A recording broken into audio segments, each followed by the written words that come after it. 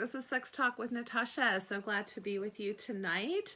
Tonight's topic, which we're really excited about, deals with anger and how that relates to our sexuality, and hopefully turning anger into an asset instead of a liability when it comes to managing our sexual lives and getting what we want from our sexual kind of experiences, etc. All right, so what we're going to basically be doing is covering 5 tips on how to use anger as a resource or asset in your life instead of a negative, which we tend to think of anger as something negative in our lives or something that we would wish to avoid. Some of us are conflict avoidant.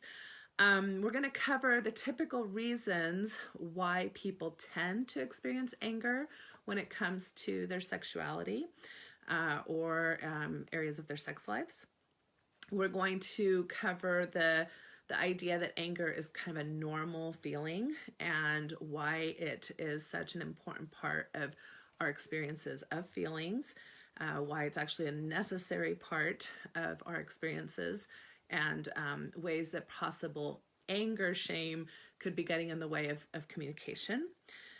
We're also going to address how anger serves a purpose and what those purposes are.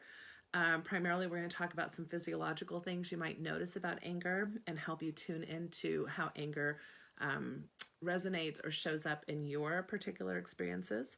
We're going to talk about how anger can really be used as an informant. It's very much a clue giver, and we're going to talk about certain clues that you might want to be paying attention, especially when it comes to sexuality, in regards to your to things that you want to be possibly changing or thinking about differently, or why anger is showing up to begin with. We want to talk about anger as a validator. I often talk about how anger is really a secondary emotion to pain, and so why is anger validating certain types of pain, and how's that showing up in your sex life? And finally, we're going to talk about anger serving as a motivator. So oftentimes the intensity of feelings that you're having while experiencing anger is just the oomph that you need to actually motivate you towards change and towards some of the things that you're hoping to experience differently, whether that's relationally, whether that's within your culture or community, whether that's with yourself, things that you're maybe angry about, whether it's things about that you're dealing with in your past, etc.